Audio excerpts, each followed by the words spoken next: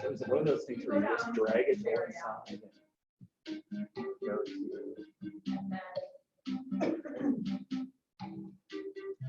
screen? Yeah, and then share.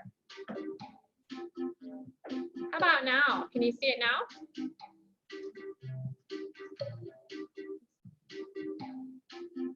they probably can't see that. I can see your screen, but if you can go to the, there you go. Thank you. All right, I think we're running. All right, is that working? Folks that are out there? All right, we have 2 players. We probably need some more. So get some other folks logged in there. Is our nicknames supposed to be identifiable or not? It doesn't have to be. You can make it whatever you want, but I would say keep it clean. Do I need to remind you all of that?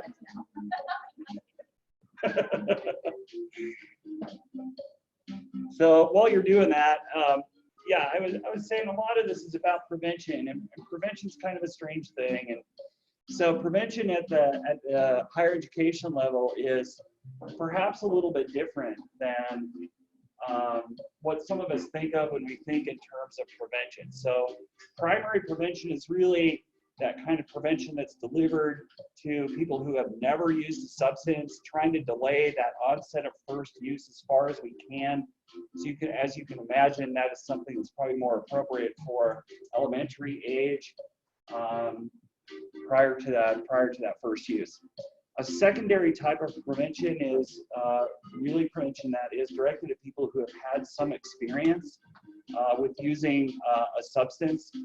And tertiary prevention is directed at those folks who have already identified themselves as having a problem with an addiction, and they are staying sober and clean and trying to prevent relapse. So a lot of what we do at the collegiate level is more secondary stuff, which is kind of a harm reduction type model. You know, do you do this? If you do, what do you like about it? What do you not? If we're talking about the tertiary stuff, it is how can we help you establish the connections and the relationships you need to keep that recovery in place. So keep those like broad definitions in mind when we're going through this stuff today. So, okay, I think we got some, yeah? All right. So, I am looking for my start button here.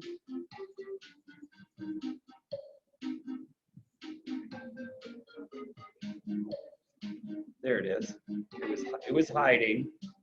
Okay, I don't want to cut you off the screen. Okay, so we're going to start this. So if you have not, if you haven't had any fun with Kahoot before, I just learned how to do this. So this is going to ask you a question. You're going to get 60 seconds to answer it. You're going to get points, but some of them are polls, which is just asking your opinions and ideas about things. It's actually just, but not really. No, that's all good. Not really. To learn. A lot to learn. So this question is asking you if you think you know anything about college drinking and collegiate recovery. So this just helps me understand who's in the room and how much it is that you either know or don't know. Can you move that black box? You know, I tried that, and it,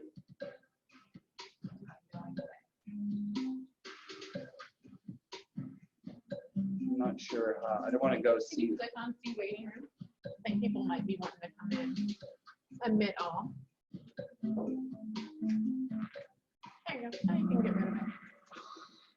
Look at that. I can do this or shrink it. Okay, there we go. Okay, so it looks like some folks know some things, but maybe not everything. So that's good. So that gives us a chance to cover some of these items through here.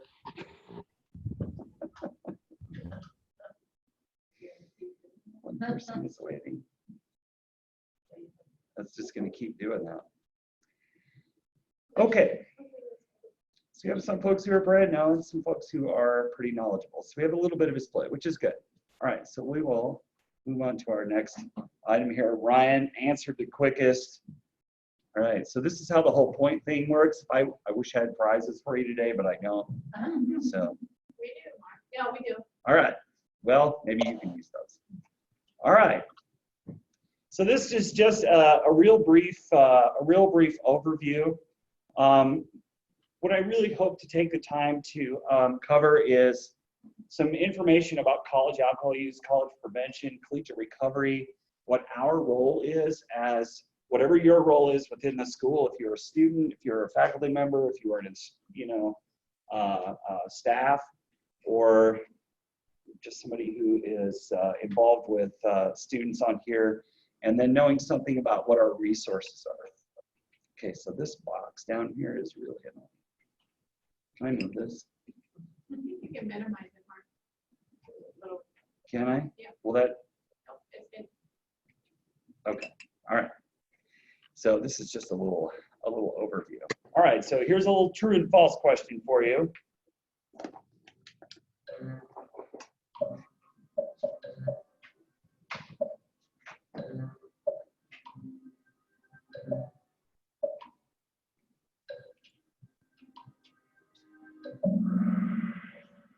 Okay.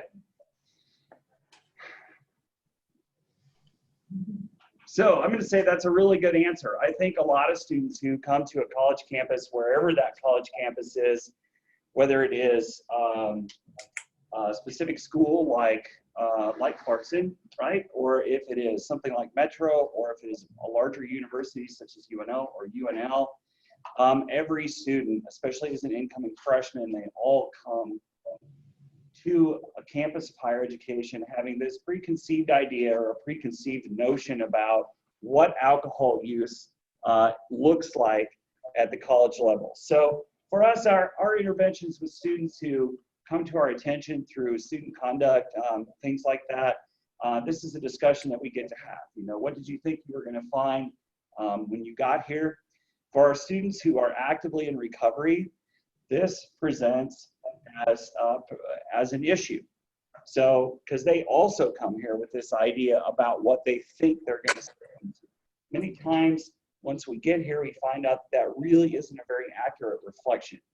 But we come here with this sort of belief that in order for me to get involved in campus culture, that I'm going to have to get into alcohol use. It's normal and it's expected.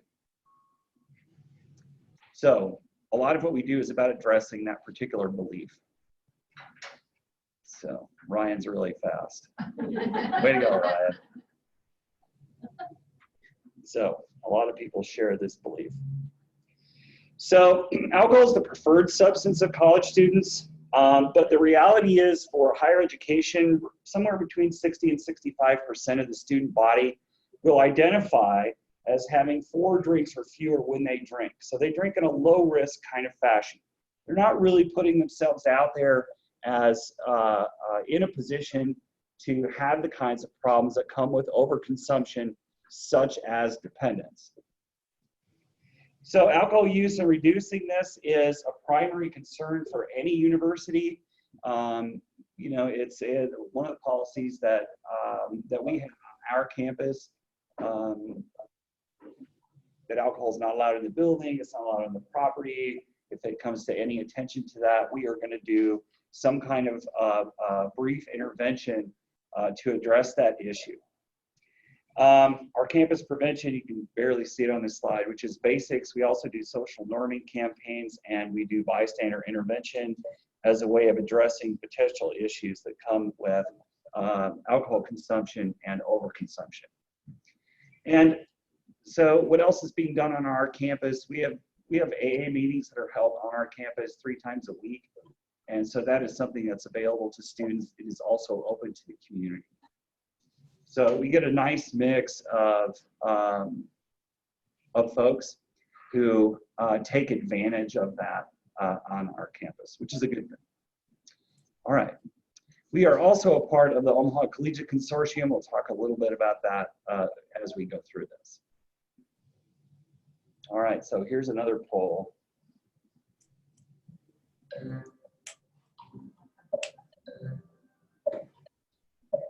Oh, will you read the question in the box? Oh,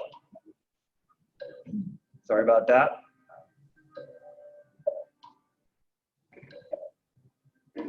So did you know your school is part of the NCC and the OCC? All right. So a lot of folks say, no, this is new to me. All right, so the NCC is the Nebraska Collegiate Consortium to Reduce High-Risk Drinking. The OCC is the Omaha Collegiate Consortium, which is a subgroup of the NCC. So these are the two state entities that are focused on secondary prevention, which is prevention that is specific to college students. So your college is a member of the NCC and also a member of the OCC. And so these are a resource to you. This is where we can share some information about drinking norms that help us with specific campaigns that are really aimed at addressing harm reduction and risk reduction. So there are 7 institutions, I think, in Omaha that are a part of that, and UNO is one of those, along with Metro and the College of St. Mary, Creighton, so all of the schools around here. And part of the reason why the OCC is there is we realize that students from all of our campuses, we all interact together, whether we know it or not, within the greater community of Omaha. So part of our mission is not just students on our campuses, but also other folks in the community who are between the ages of 18 and 24. So, because we also interact with them. So it's a big mission. All right.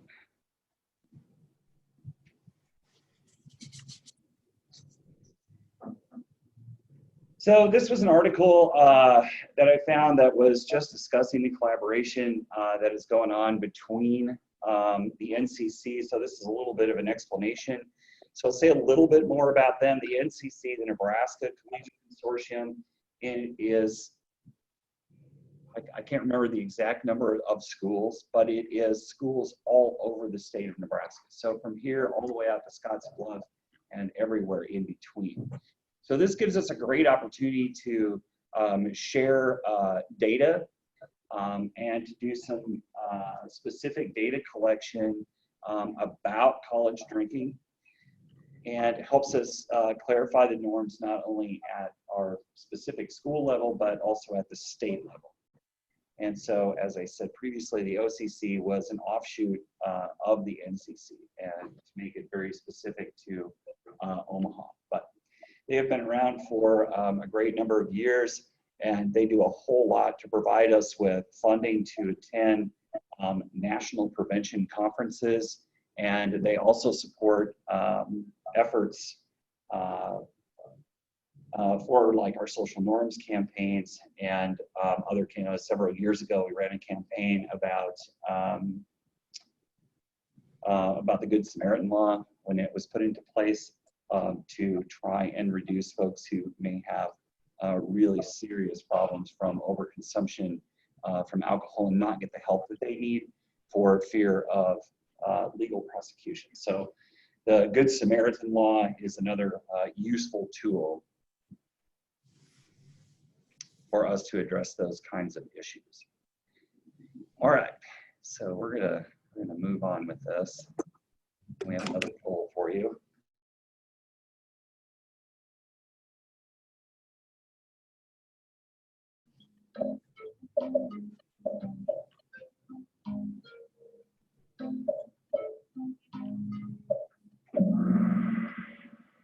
All right, so a lot of folks are unsure about this, and that is exactly what I would expect to see from most groups. So let's talk about these students in recovery for just a minute.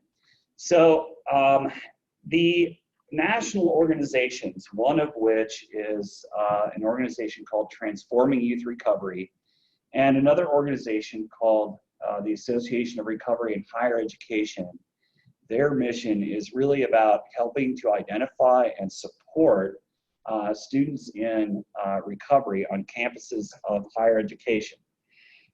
So I back up a little bit. If a lot of folks come to a campus of higher education, they have a preconceived idea about college drinking being an important piece of that campus culture, then they have a tendency to stay very hidden. And it makes it a little bit difficult for them, I think, to make the connections that they want, the social connections that they want or need to be successful on a campus in higher education. So the University of Texas, at Texas Tech, they have a long-standing embedded program that is meant to support students in recovery. They're actually attracting students in recovery to come to this campus and encouraging them not to stay hidden. And they support them in multitudes of ways. And they were the ones who really spearheaded, I think, a lot of how do you take this idea and move it onto other college campuses. So Texas Tech put out what we referred to as a replication model. When we started collegiate recovery on our campus in 2014, there were, I want to say, maybe 50 or 60 schools in the country that had collegiate recovery programs, and now there are over 200. So this is a phenomenon that is moving all across the country to help students address this idea that they don't necessarily have to choose between their recovery and their education. So this is a way of being able to support both things at the same time. And so Texas Tech says, well, on any campus, one of the things that we are predicting is about 6% of your students are going to be in active recovery. So you can think about your campus, think about the total population, and you can do the math. So for our campus, we're about 15,000 students at UNO, so this is potentially around 900 students. So we could potentially be missing an awful lot of folks. And our recovery community, the largest it's ever been, was 15, which is fairly big for small programs that are just getting started. But there is potential for that to be an awful lot bigger. So we know that it's out there. We know that this environment of higher education is potentially risky, potentially hostile for those in recovery. And part of what we're trying to do is reduce that hostility or potential hostility and find a way to get them integrated into the campus life. All right, so I'll say more about that. All right, here's another poll for you.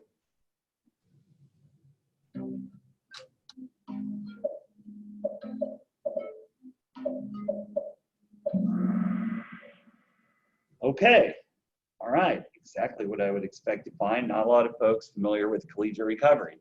So collegiate recovery is a really interesting thing, I think. If you are familiar with addiction treatment or you're familiar with addiction support groups,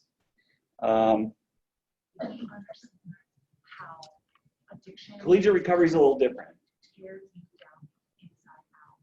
And you may look like you're doing fine on the outside, but on the inside, you can drown you. We get that, we see that.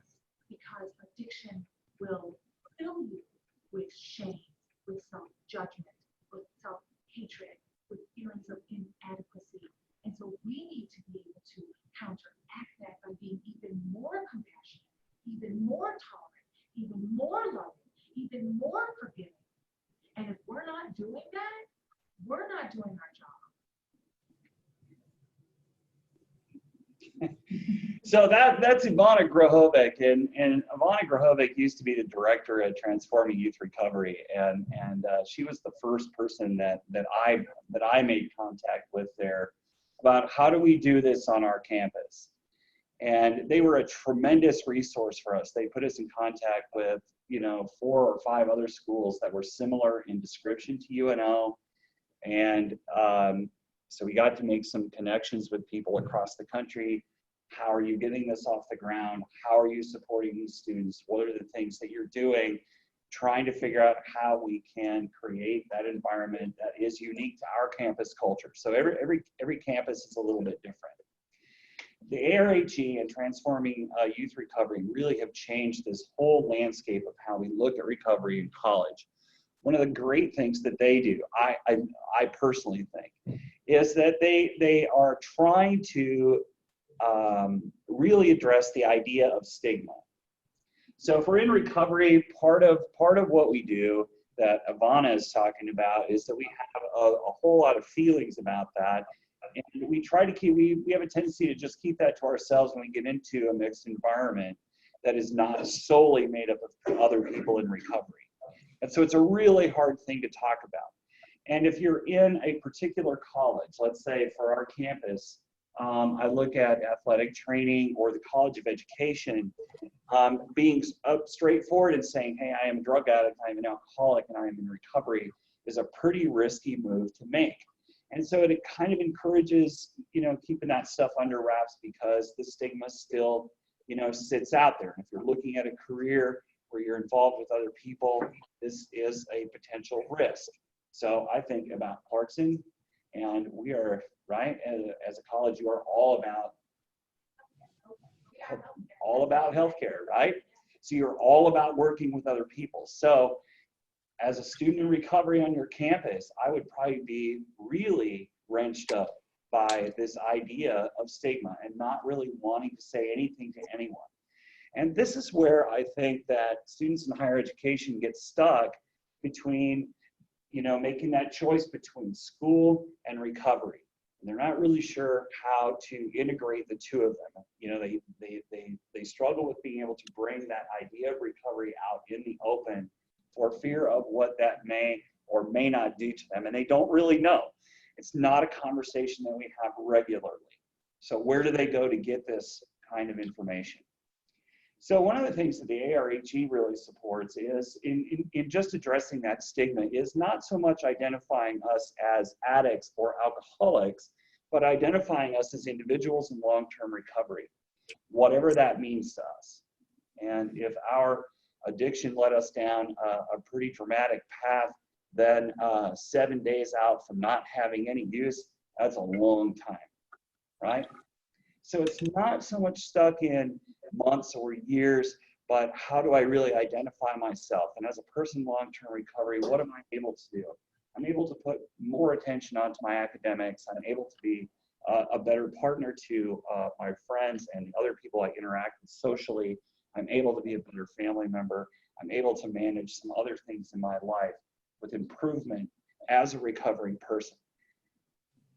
I'm going to share this idea with Ivana. That gives us the opportunity to be very proud of what it is that we're doing and being able to stand out there and say, hey, this long-term recovery thing is really working out well for me. This is what we're trying to do with recovery.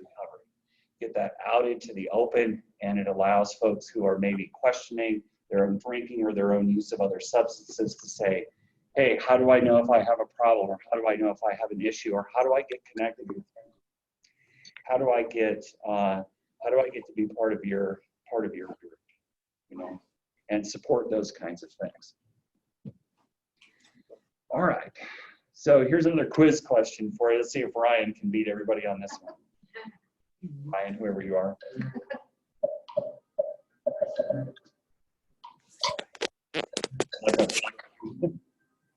Oh, Ryan just unmuted himself. Okay, so we're kind of in the middle of this, right? Do we have a responsibility to support our students in recovery? So I made the answer to this is true because I think as, way to go, Ryan. There you are. Good job. I think in the roles that I have at UNO, I feel like I have a really strong responsibility to help identify those students who are in recovery, to talk to students at the local high schools, to talk to students at our referring colleges, such as Metro Community College, and say, hey, if you're in recovery, we have something for you. We have a place for you to get connected over here. We have community-based groups. that are active on our campus. At UNO, we have a dedicated safe space, which is supported in part through the NCC and OPP and the block grants that we have. But what is a collegiate recovery program? So CRP, which is a collegiate recovery program, can assist a student in navigating their college experience as a person in long-term recovery. So it gives us an opportunity to say, hey, I can be out here in front with the folks who are a part of my group, and I have a way of getting involved in the campus culture, which is participating with other students, and I am receiving some things that I need. And this is something that comes from Transforming Youth Recovery. What can we offer? We can offer a very supportive environment. We can offer an educational opportunity alongside recovery support, accountability for recovering students. So one of the great things here is when this person over here is struggling, they're not getting to class, they're experiencing some depression, they're not getting to meetings, they're not, doing the kinds of things that support them. We have a number of other folks around who are saying, hey, how can we help you? And together we do a much better job.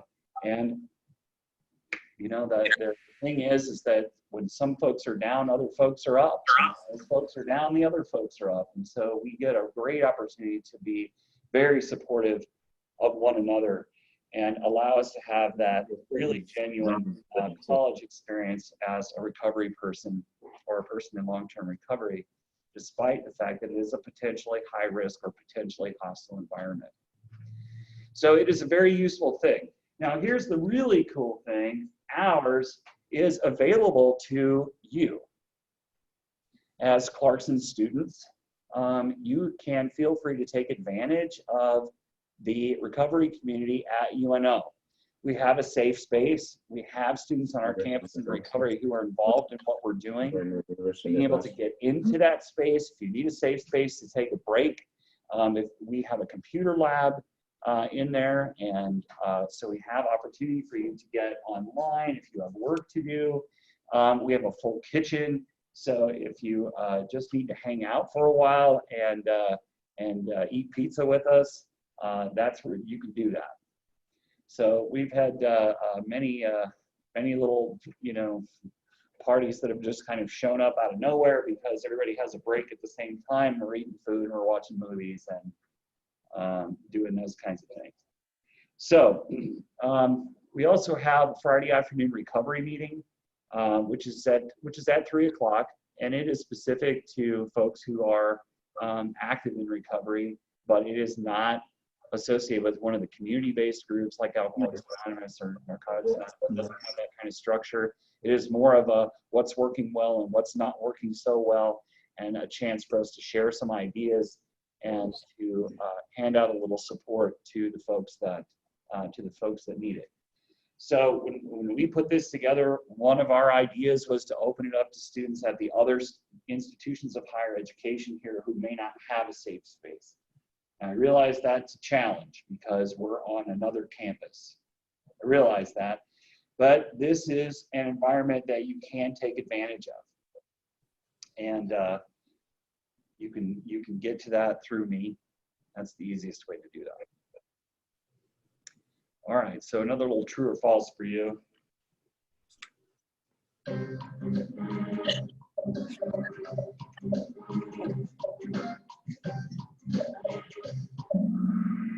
All right, so lots of folks are aware of the fact that we do have some services and some resources on our individual campuses. Ryan, you're holding strong, but whoever this is right here is catching up to you quickly. It's awesome. I like it. So, another quick.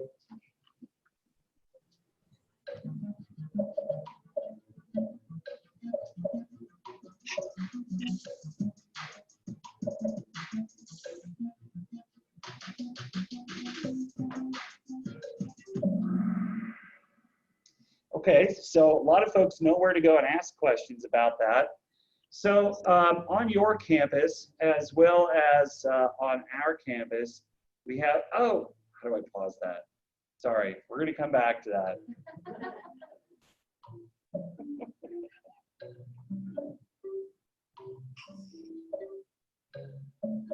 Sorry, I moved too quick.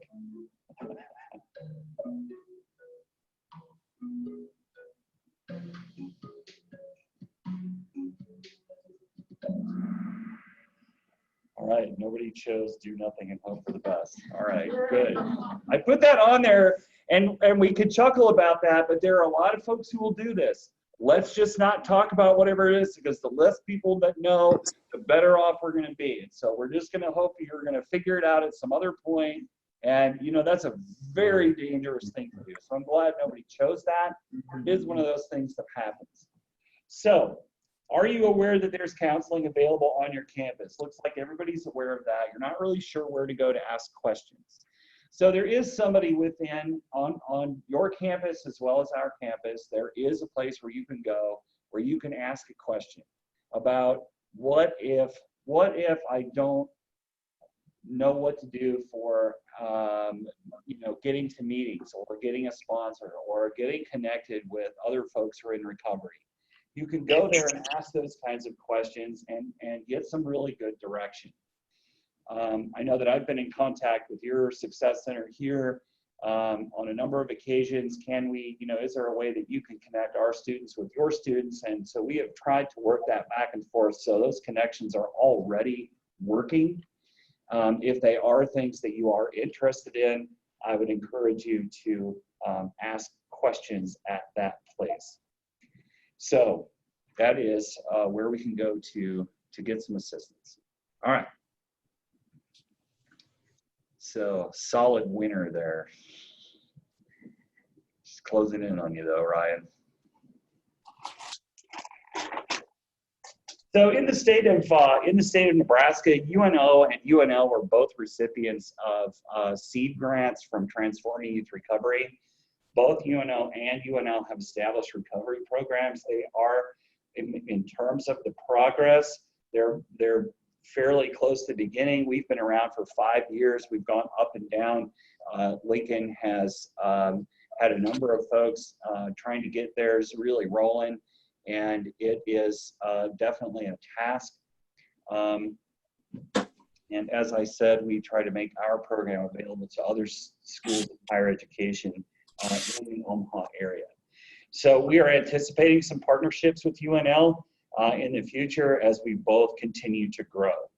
So there are a lot of really good reasons for connecting our students together, those in Emory and those from other campuses. A lot of the students that I've run into, I've had great opportunities to attend national conferences put on by the ARHE over the years. And there are a number of students I have run into out there who make statements such as, I probably would not have succeeded at college without having this connection. There are a number of folks I've worked with at UNO who came to UNO specifically because they had these connections to look forward to.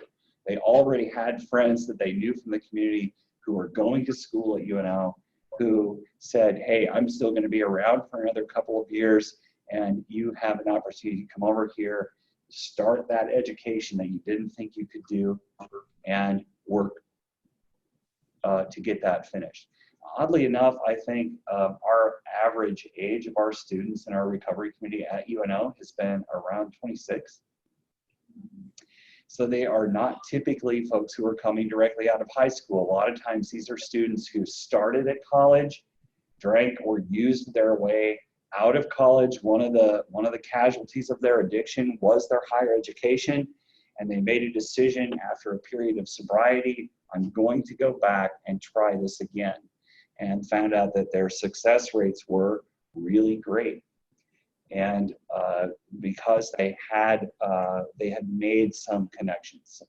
So we, you know, and our ability to recruit, we're really trying to look at that, the groups of folks who are coming out of treatment, folks who are perhaps a little older, perhaps folks who are involved with probation, who are kind of coming to the end of the road of their drug use or alcohol use and seeing there's a huge issue here. I need to make some changes. Can I actually go back to college? And I don't know if you've run into this, but there are a couple of application forms that ask you, do you have a criminal record? And you know, one of my interests is let's get rid of that question, because there's a lot of folks who will fill out, I've run into folks like this, who will start filling out an application for a school, and the minute they come to that question, they stop filling out the application because they're pretty sure they're not going to get accepted. That is not the case. but there is some potential for, you know, financial aid issues and things like that. That's another thing nationally that is trying, there's a movement to this. Let's get rid of that box. Let's stop putting a barrier up to folks who have criminal records, and, you know, stop them from having access to higher education, because we know participating in higher education makes your recovery better, and your recovery makes your participation in higher education better. They work really well together. So there's a lot of good reasons to do this. All right, another poll.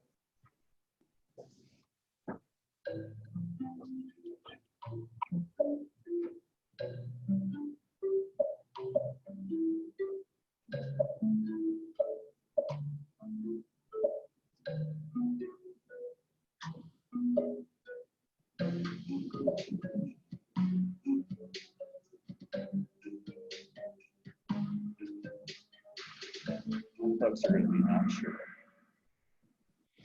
Okay, all right, so we have a little bit of a split here. Some folks are believing that being in recovery is not going to harm their chances of employment. Some folks are not sure. Again, this is just a question I think we need to throw out there that we need to have an answer for. And the most important thing I've run into is folks who have any kind of criminal record. So MIP, DUI, possession, something like that. If they are attempting to make an application to a licensing board and they have this particular piece in their background, that licensing board is going to require them to get an evaluation to substantiate that they are in good standing at this time with their recovery, substance use, things like that. It is not a thing that is automatically going to prevent you from getting through the licensure board, but it is, you know, another step that we have to take. What I think is important about this is it's really important for us to establish recovery and address those issues prior to getting licensed. After you have a license, if you have now an incursion of, you know, some or an occurrence of some legal thing that involves a substance, you're now running into a whole different set of issues with that licensure. So it is much better as a student to do whatever we can to establish our recovery, to reduce the risk of any problems that really might derail us in our vocational career in the future. This is why I think institutions of higher education have a responsibility to identify those students who have these kinds of issues, help them establish recovery, give them the support that they need, and continue to work towards maintaining that recovery. So, thank you. Go ahead. It's probably Ryan. Whoever you are, Ryan, you're awesome. Okay. All right. So let's see. While some believe it is better to keep quiet, establishing recovery while a student may save a career. So one of the things that we have noticed at UNO and has been part of a national trend is that students who participate in collegiate recovery, who are active in these things, active about working against that stigma, they have a tendency to hold GPAs that are higher than the campus average. You don't like my clothes? It's true. I like my clothes. It's kind of funny. Our students have been, their GPAs have been very, very high.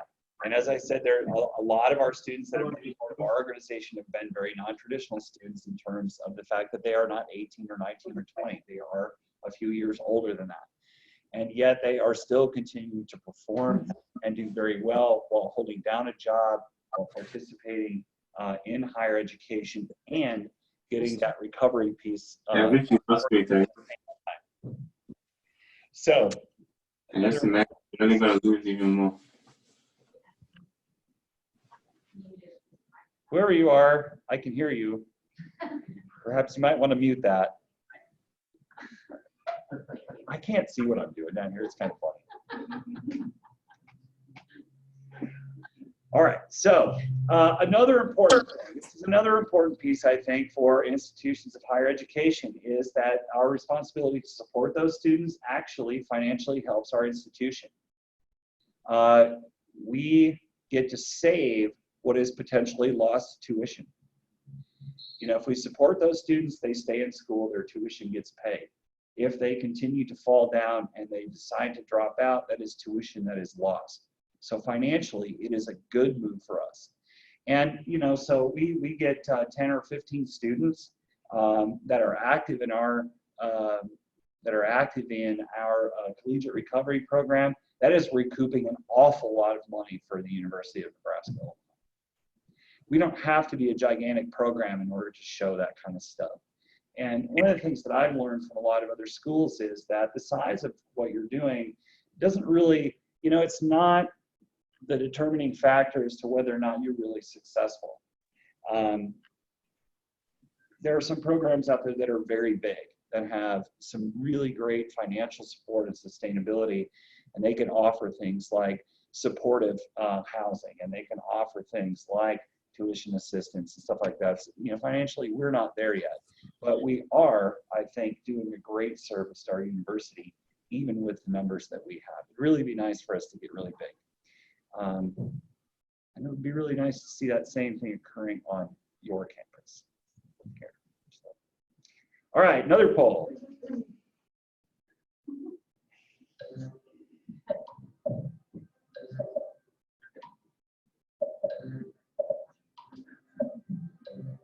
See, I'm kind of a comedian.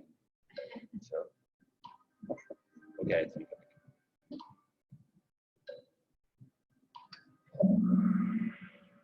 Oh, overwhelmingly, oh, 100%. Great. I like to see that. That's awesome. I'm glad you were able to pick up something today. And I wonder if we have any questions. And I think there's a way to do this. Here is some contact information for me and the location of our recovery community, which is right now located at University Village, which is a housing unit on campus. We have a dorm room. No one lives there. We have, you know, our computer lab is in there. We have our chill room. We have a small meeting room. We have a kitchen, and we have a small office that we use. So this was a bunch of us at an event that we did for homecoming last year at UNO, and it was pretty fun. We're pretty easy to find. So I don't know how to do the question thing on here. Do I go over here and blow this back up? Yeah. Just in case anybody has questions, I'm lost. Does anybody have any questions here? Do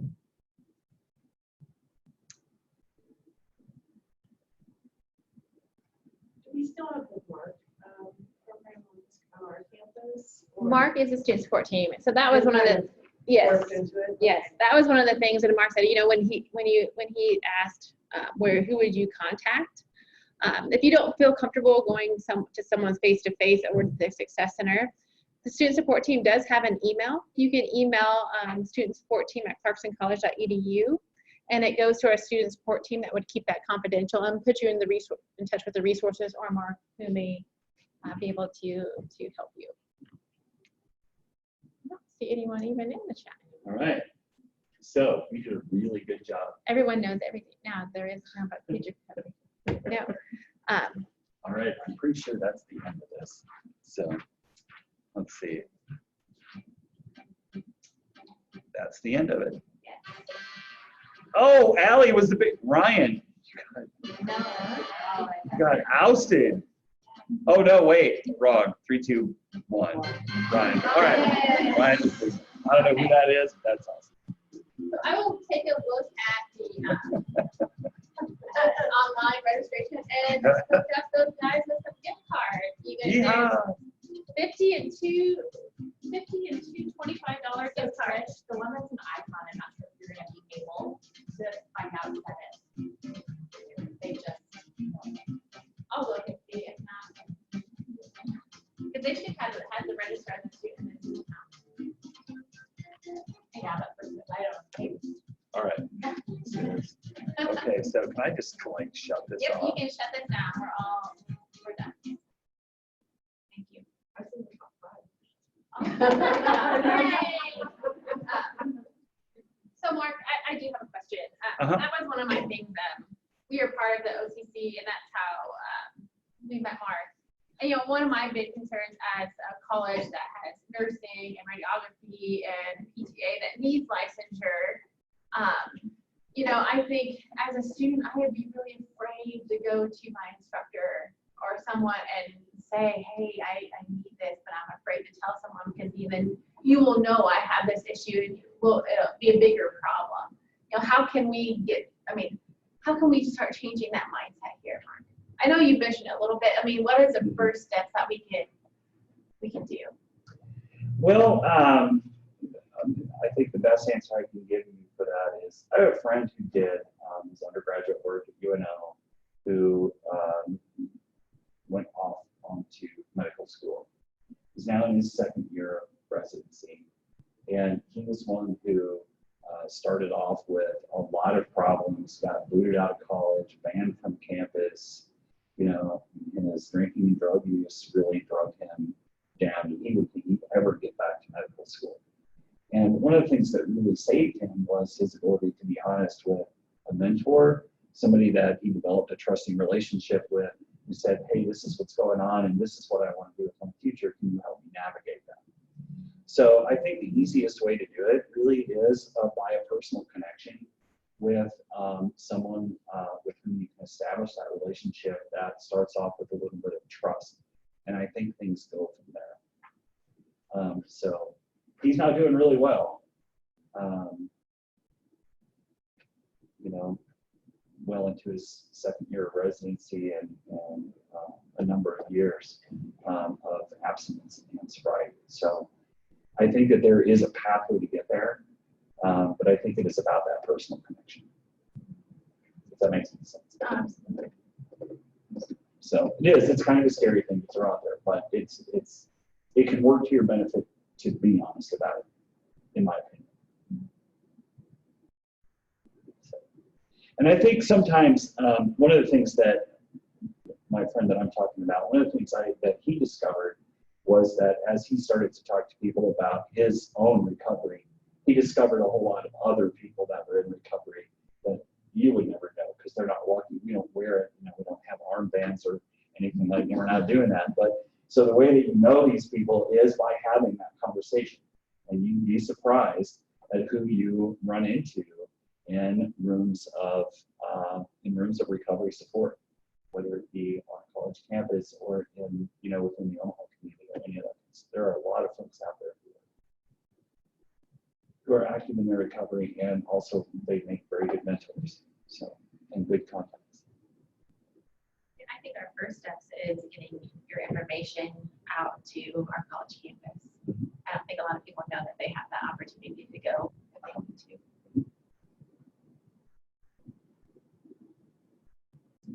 Yeah, it was kind of an idea, right? Let's include every school we can within the OCC, and let's see if we can get them all to come over to UNL. And it's been a little bit of a challenge. I'm not really sure exactly how we're going to make that look. We've only been at it for a few months, and so it is still something that's morphing. And we'll see what happens with that. But our goal is to really draw as many people as we can in to make those connections because it just works. When we do.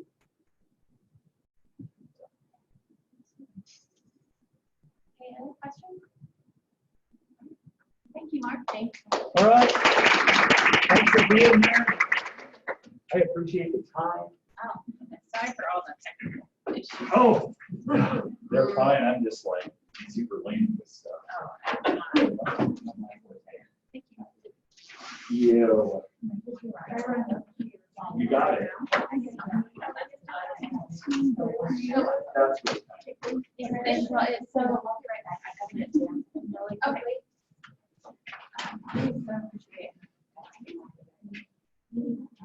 I'll put a flyer together. I'll just send out the recording after this. I will that information.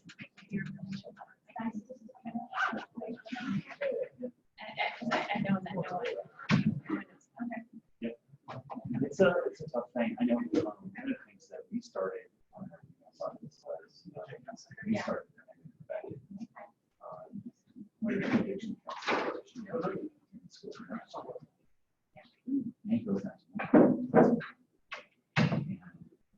service.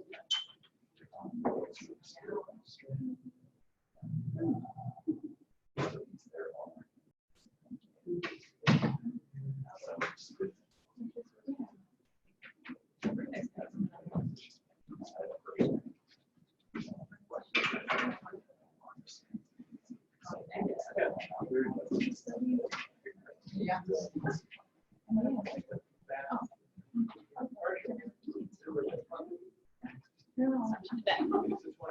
Being as a healthcare college, I mean, just the, and I, you know, Joe always used to,